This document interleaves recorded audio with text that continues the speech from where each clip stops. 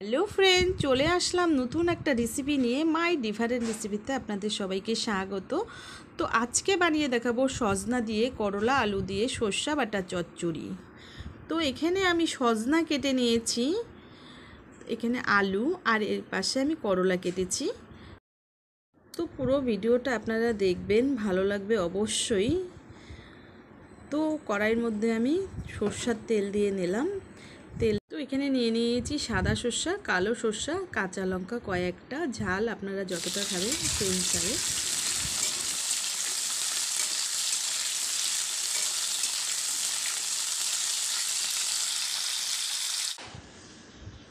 কালো জিরা ফোড়ন দিয়ে করলা আলু দিয়ে দিলাম, দিয়ে 5 মিনিটের মতন ভেজে নেওয়ার পরে তারপরে দিয়ে দিচ্ছি সজনা কেটে রেখেছিলাম, সজনাটা তো দিয়ে আরও কিছুক্ষণের মতন আমি ভেজে নেব, 2-3 মিনিটের মতন।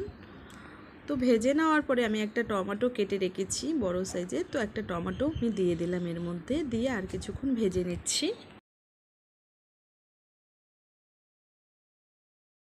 তো 2-3 মিনিট ভেজে নেওয়ার পরে আমি এবার লবণটা দিয়ে দিচ্ছি, স্বাদ অনুযায়ী লবণ, হলুদের গুঁড়ো 1 চামচ দেওয়ার পরে ভালো করে একটু নাড়াচাড়া করে ভেজে নিচ্ছি। রান্নাটা আমি সর্ষের তেলে করলাম। সর্ষে বাটা যে কোনো জিনিস সর্ষের তেলে করলে খুবই স্বাদ হয়, খেতে ভালো লাগে। তো ঢেকে দিয়েছিলাম একটু হালকা। সর্ষেটা বেটে নিয়েছি, পাটায় মশলাটা করে নেওয়া হয়েছে। তো এর মধ্যে জল দিয়ে চামচে দিয়ে একটু গুলিয়ে নিয়ে তারপরে আমি এই চচ্চড়ির মধ্যে দিয়ে দিচ্ছি। তো নিচের ছাকড়াটা দেব না, পেট ব্যথা করে। তো আমি দিয়ে দিলাম।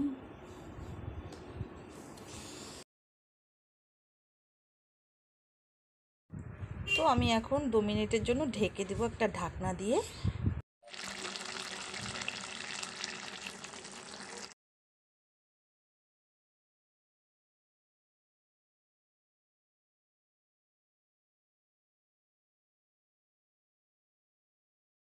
দু মিনিটের জন্য ঢেকে দিয়েছিলাম। তো ঢাকনাটা উঠিয়ে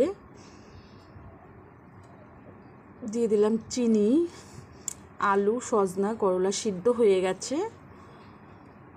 তো শুকনো শুকনোই করব, মাখা মাখা। তো রান্নাটা আমার রেডি হয়ে গেছে, হালকা আছে, কিছুক্ষণ ঝোলটা শুকিয়ে নিলাম, তো হয়ে গেছে। তো এবার নামিয়ে দেব, গ্যাস অফ।